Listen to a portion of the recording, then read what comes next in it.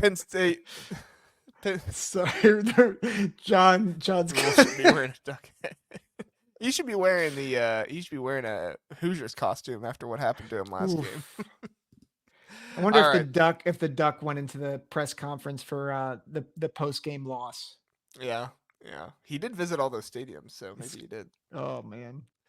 All right. Penn State at Wisconsin. Zach, I'm really excited about this game. I do, I do think that Wisconsin has an uphill battle here. However, their defense has been really good lately. Penn State's offense has been really creative, so this is going to be a fun one. I think to see how it shapes out. I think Luke Fickell is going to get these guys ready. Mike Tressel, pretty underrated defensive coordinator in my mind. So between Luke Fickell and Mike Tressel, I think they're going to have some things to kind of surprise Penn State a little bit in this one. It's going to be interesting to see how they combat the Tyler Warren in the backfield and some of the funky formations and stuff like that Penn State brings out. But I do think probably one of the bigger things that we're going to see in this game is Wisconsin's offensive line versus Penn State's defensive line. I don't Mhm. know if Penn State has really faced a team quite as physical on the offensive line. I know Illinois is a physical team, but I don't think their offensive line is good enough to really have that consistent physicality with Penn State all game. I think Wisconsin's is good enough to do that. So this is going to Mhm. be an interesting one. What do you think, Zach? Yeah, it really is interesting. I think the first month of the season, we were all kind of lamenting about the lack of identity for Wisconsin. And it's amazing at they still have some of the key elements of Phil Longo's offense, but they have really become more of a power team. I think I saw a stat that's they're running the ball 60% of the time now. Tyree Walker has been a stud. Brandon Locke, Braden Locke, sorry, has really acquitted himself well as the starting quarterback after Tyler Van Dyke went down, which is surprising because I mean he did not look good, going in against Alabama and then the following week against USC. But since then, he's been really good, and they have dominated teams. And I I don't know what to think because the last thing we saw with Penn State was them struggling on the road against a USC team that I thought they should have handled. And granted, they were much better in the second half of that game. And I thought the story of that game was Drew Aller stepping up and winning that game and making plays down the stretch. Julian Fleming making plays down the stretch. Tyler Warren making plays all game. The defense stepping up when it had to. I thought that was the story of the game. But I think in all of that, remember USC, I mean, they're a 3-4 team right now. And Penn State, Penn State really got lucky that Miller Moss threw a pick late in that game. And they got lucky to really They got eke lucky. out a win Julian there, Fleming started to actually catch catch the passes too. ball. Yeah. So I think Penn State's had an extra week to kind of sit on it, but I'm not sure if that's a good thing for Penn State because Wisconsin has been quietly, actually I wouldn't say quietly, they've been building a lot of momentum. They've kind of figured out who they are. The defense is starting to play really well. So all that being said, here's my one concern about Wisconsin. The line, I think you said this maybe off air, but I share the concern. Wisconsin linebackers in coverage, and who do you got to face? The best tight end in the country. And maybe the best player in the Big Ten. And I don't think that's hyperbole. He has been phenomenal. Tyler Warren, line him up everywhere, out wide, in line, as the snapper, like, just put him somewhere and he's going to be awesome. Quarterback, Wildcat quarterback. I mean, he has been phenomenal, and he's going to be a matchup problem for this Wisconsin Badgers defense. But I don't think that you can just say, well, Tyler Warren, go receive, get 250 yards and have a day. They're going to have other options. Yeah, yeah. I think that Tyler Warren, definitely a very good player. I don't think his stats always show that. I think he's only had like 3 games of over 50 yards or something like that this season, but he does a very good job of getting open, third down.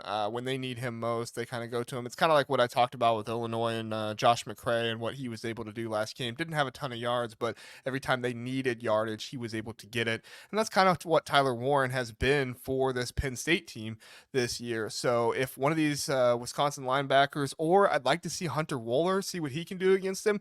But Yeah. that's the thing with Andy Kotelnicki is if they do have a linebacker that starts doing a good job on Tyler Warren, he is not going to allow that linebacker to stay on him. He's going to scheme Tyler Warren somewhere around this offense to get him off them and prevent bracket coverage against them as well. So it's going to be very interesting to see the the kind of coaching battle here on Penn State's offense and Wisconsin's defense. To me, the biggest factor for Wisconsin, though, not on defense, is this running game. I mean, this is going to be the biggest part of this team, which it has been. And when Wisconsin has been able to run the ball, things have been much, much better for them. However, when they've not been able to, Braden Locke has not been as successful in play action. And quite frankly, Braden Locke is just not as good of a quarterback when he's, just on playing dropbacks instead of on play action. So I think you have to have an effective running game in order to do that. But it's going to be really, really hard to do against this Penn State defensive line. And I do think Yeah. Penn State's linebackers are pretty good too. Kobe King is good, but definitely not on the same level as the defensive line in my mind. Yeah. Well, and I think talking about underrated guys, I think, we talk a lot about Dennis Sutton and Abdul Carter. Zane Durant, man, that guy in the He middle, is a beast, dude. he is really good. He's And fantastic. I, it'll be interesting to see who wins that battle early in this game between the offensive line and defensive line. I think if Tyree Walker, tell me what you think about this. If Tyree Walker can get 120 yards in this game, Wisconsin wins. I wouldn't guarantee it's a win, but I think the probability of them winning would be much greater.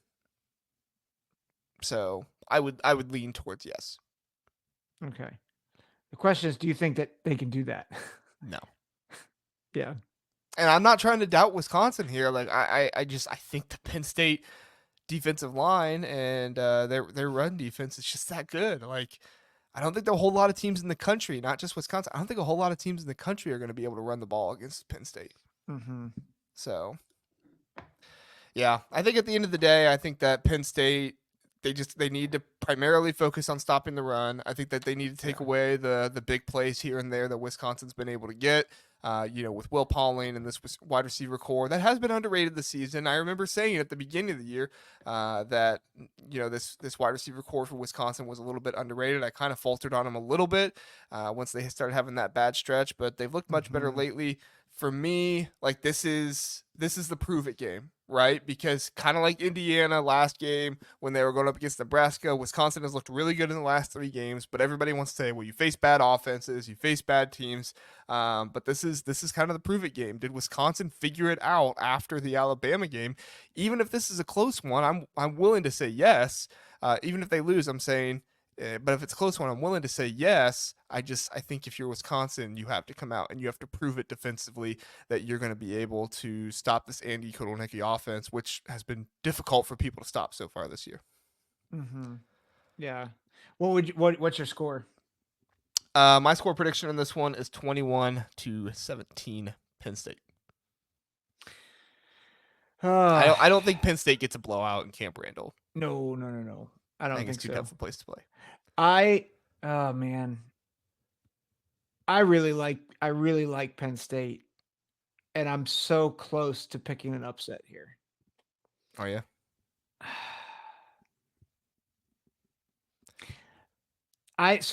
John says be bold. So I have written down. This is what I've written down. I've written down 27-24 Penn State over Wisconsin. My gut says that Wisconsin wins this game. So I'm going to go 24-20 Wisconsin winning in Camp Randall. Cuz I just, and this might be foolish of me going against my head. I think Wisconsin can run on Penn State. And I think, You think it's the linebackers? You don't think it's the defensive line that'll stop them? I think the Or you think it's the linebackers, linebackers that are the liability? You think yeah, that they won't make up? Okay. yeah. So like I think the defensive line's great, but I do think Wisconsin has really done a good job of upgrading that offensive line. And I think Luke Fickell's a certain kind of stubborn where he's like, we're gonna force you to stop us until you can't. And I think Tyree Walker gets 120 yards in this game or more. Wow. And This guy UPod disagrees with you. I don't know. Like, I have it written down. I could show you my scores on my thing. I have 27-24, but just the more I think about it, I'm like, I think Penn State's going to struggle to score. It's at Camp Randall. And here's the other piece. They have routinely struggled the game before Ohio State. And That's true. They have done that in the past. So yeah, my head says Penn State, but I'm gonna pick Wisconsin 24-20. What's Luke Fickell's record versus Penn State? He didn't play Penn State yet, right? I don't last think time so. they played, it was Christ last time. Yeah, 2021.